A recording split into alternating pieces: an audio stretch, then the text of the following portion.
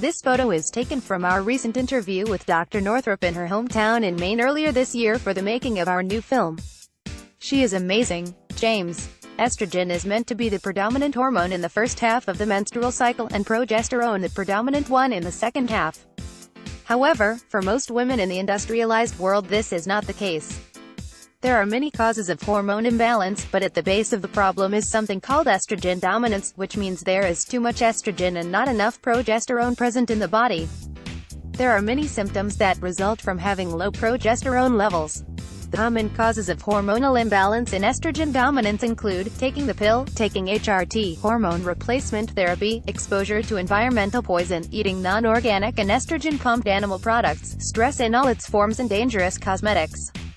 What you can do when you consider the average lifestyle of most women today, it is not hard to understand why insulin, estrogen and icosanoids have become imbalanced, setting the stage for increased risk of heart disease, high blood pressure, depression, PMS, arthritis and breast cancer.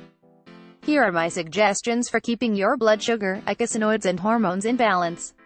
Eat at least 3 meals per day. Many women skip breakfast or lunch, or even both, saving their calories for dinner.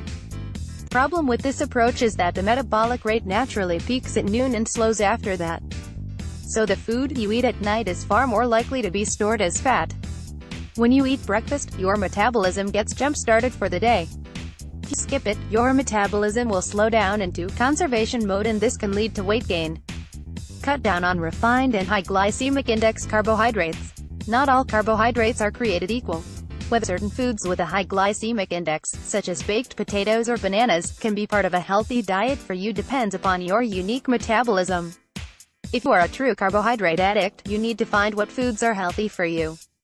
I find that eliminating refined carbohydrates, such as sugar, white rice, bread, alcohol, and foods made with white flour, such as muffins, bagels, pasta, pretzels and other snack foods, helps the body burn stored fat and keeps insulin and blood sugar levels normal.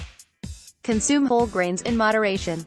Even if you have eliminated refined grains, if you are a carbohydrate-sensitive person you may still have problems with whole wheat, whole rye, whole oat, or millet flour.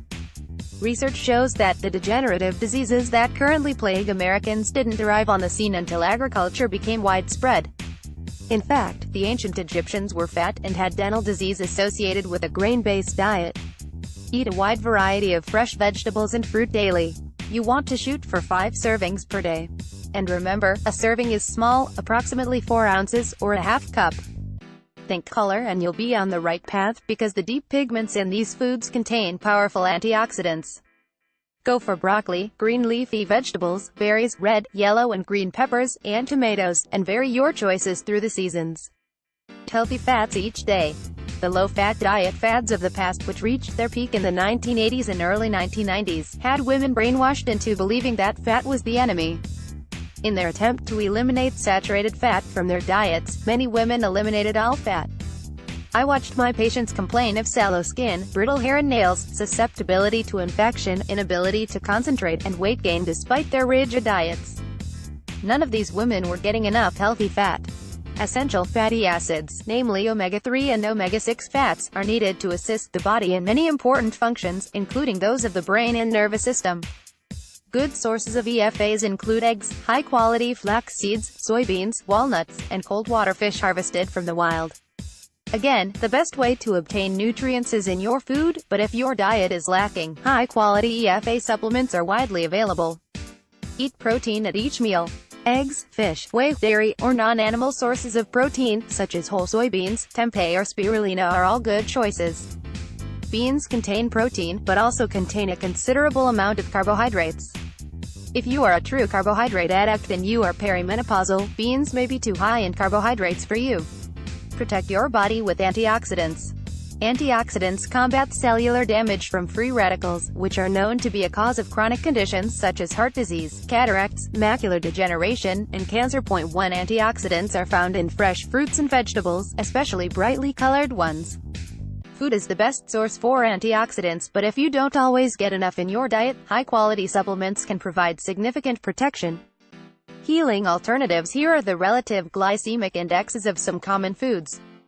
This is simply a guide. These numbers do vary from study to study, with plant varieties and food preparation methods. Use this chart to help balance high glycemic foods with low glycemic ones. Try eating smaller portions of high glycemic foods and add some protein and fat to your plate. Glycemic index chart: low glycemic: broccoli, cherries, chickpeas, leafy vegetables, milk, pears, plums, black beans, soybeans, tomatoes, tomato soup, wild rice, yogurt. Low to moderate glycemic: all bran, apples, garbanzo beans, ice cream, navy